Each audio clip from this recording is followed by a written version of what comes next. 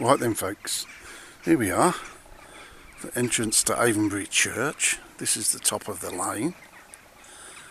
Note that this is private property. This is not public access. I'm here because I'm the caretaker, so I'm allowed, folks. There's your one notice, and there's another one over here somewhere if I can find it. There it is. The site is dangerous because the tower isn't stable, so we don't want people wandering around and having bricks fall on their head. So here we go, let's go for a walk down the lane.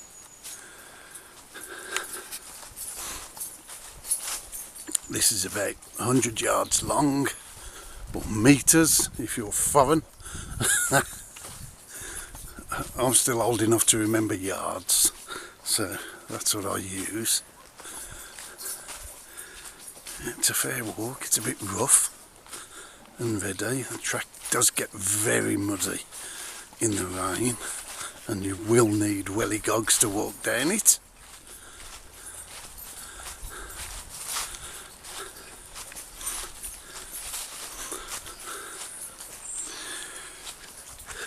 As you can see, not much tree coverage this side. I don't know why that is. That's probably because you can see the bank is slowly collapsing. That's why some trees have been planted to hold it up. But this side is fairly well populated. Now, I'll walk down. I've got an interesting sign down here for you to see, which helps to keep people away. Here we go. There. That's interesting. Very entertaining. Now we're actually coming into the site.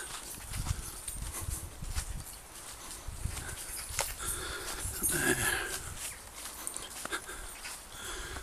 This is your caretaker's accommodation. So don't be surprised when you come down here and find somebody asking you what you're doing, because it is private property and you really aren't supposed to be here. That's the chancel of the church, what's left of it.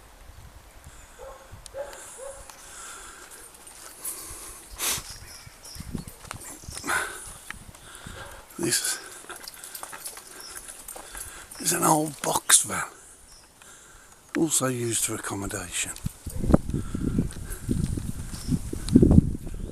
Yeah, we're actually off the lane, and this now is part of the ancient monument, which is what it's called.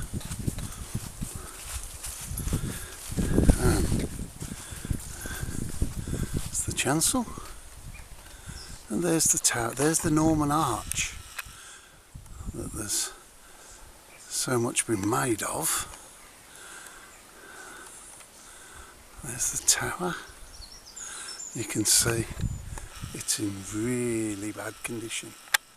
Cracks, huge cracks in it. The roof's gone. More huge cracks in the side walls.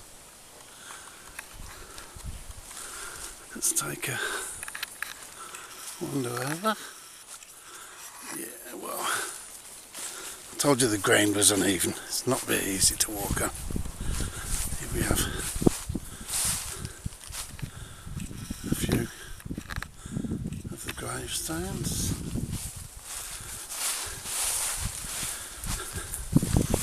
There aren't many actual gravestones on here.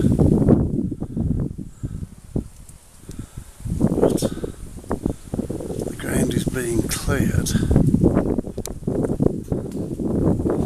to turn this into a sort of garden of rest, somewhere you can come if your relatives are here and you can have a look. Right, here the cracks see the cracks up the wall? Oh, that's a beauty. I don't suppose. There's that window arch. You can see how badly that is damaged. Cracks. This place might not last another winter. Might, never know. But some more gravestones here. Now these two, I've not seen gravestones in the shape of a coffin before. I mean, they probably use loads of them, but I've not seen them. There's two here, and I'm not sure whether they are brothers or father and son. We'll need some cleaning off to find that out, but they've both got the same name. We'll go around the side. Ooh, that's not very good, is it? Here you go. Further round. Now, all this overgrown stuff. There are gravestones in here, but this is going to be cleared eventually. But that's going to take some work. Small children's graves here. There are gravestones set in the path.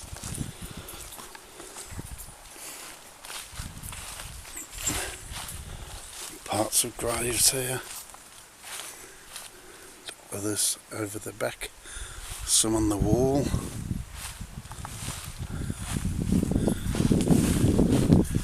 The back here.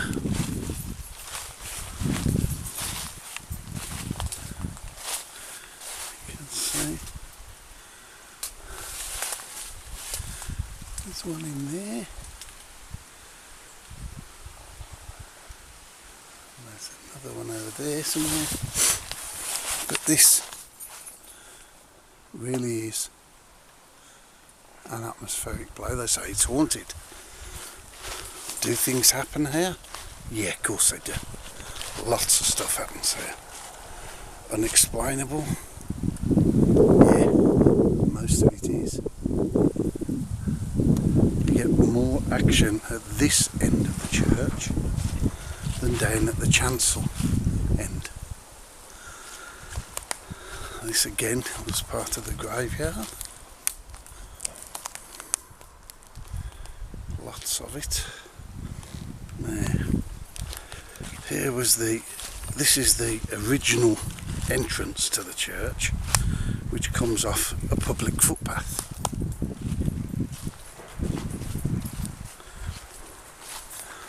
Those of you who live round Avenbury Church will know this spot. And the footbridge over there.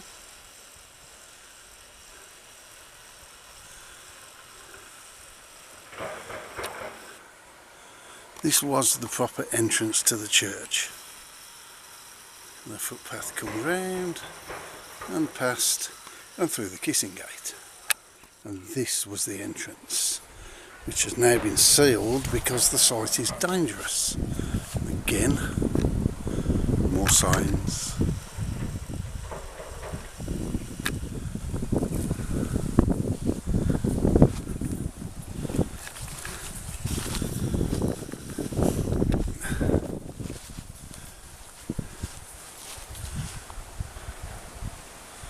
The tower doesn't compensate very well for light, this camera, but one of those things. Now, there is another field. All this was part of the graveyard. This has been here since, I don't know, AD 640 apparently. It's in the Domesday Book. Since 1813 there's been something like 537 burials in this graveyard. But there are records of burials as early as 1600 and before. but of course no records for those. So this really is a place that's got lots and lots of history. Last burial, the church closed in 1931, but the last burial was 1940 in the records. So that's a bit strange. You can see the place is really overgrown.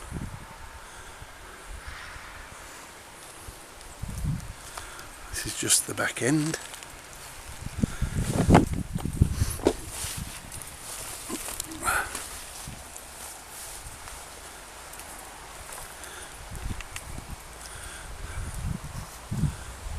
The chancel from another angle.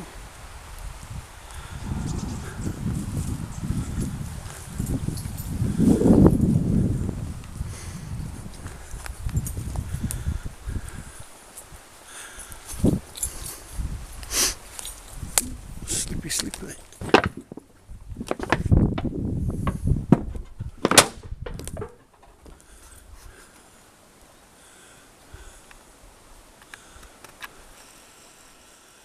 More tower from a different angle.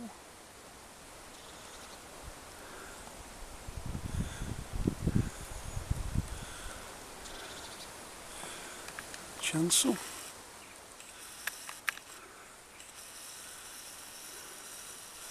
The top of the chancel has been partially restored.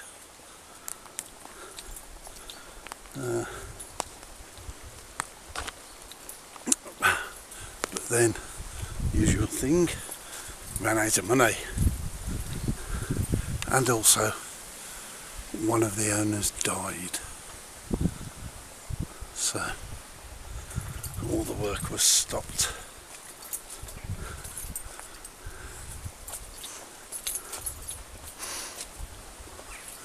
But you can see how dangerous the place is.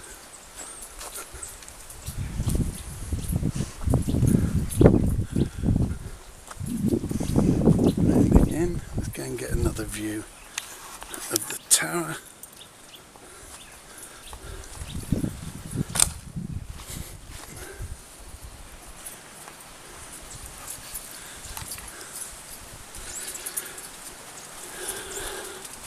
More gravestones, parts of gravestones, lots of gravestones around here, and bits of roof, parts of tombs and gravestones all over here.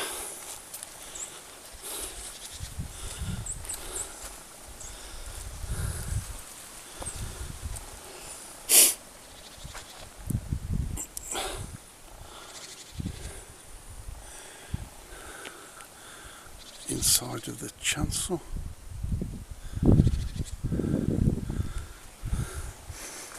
This would have been the church walls.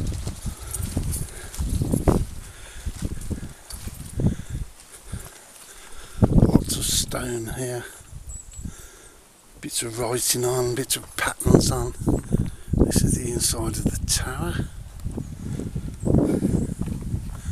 I'm not going to go down in it because it is a bit dangerous, but you can see the keystone above the window has slipped down a little bit. Don't know whether that'll last the winter this year, but it's all old, gone. Here's the nave of the church. Couldn't believe it, would you? The chancel.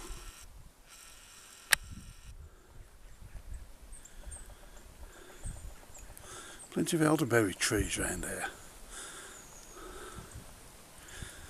See how thick the walls are. Massive, great, thick walls.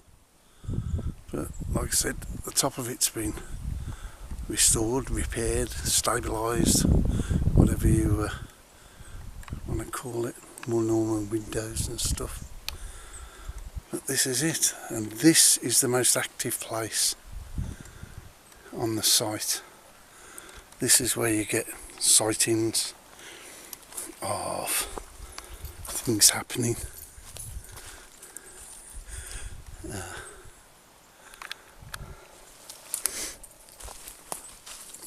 Children are seen running around here at night. Not every night, not all the time, but there's quite a bit that goes on. There used to be a horse on the site, and the children used to come and play with the horse at night time. It's a really active spot. Things do happen, and you get orbs, hundreds of orbs appear on your photos and everything else. During the day it's very peaceful, very quiet, nice place to be. Night time it sort of comes to life, if you like. But here's the damage again. There, in the winter when the water gets in there and then freezes. This tower's not long for this world. And as it's starting to rain now, I think I'm going to wrap it up there.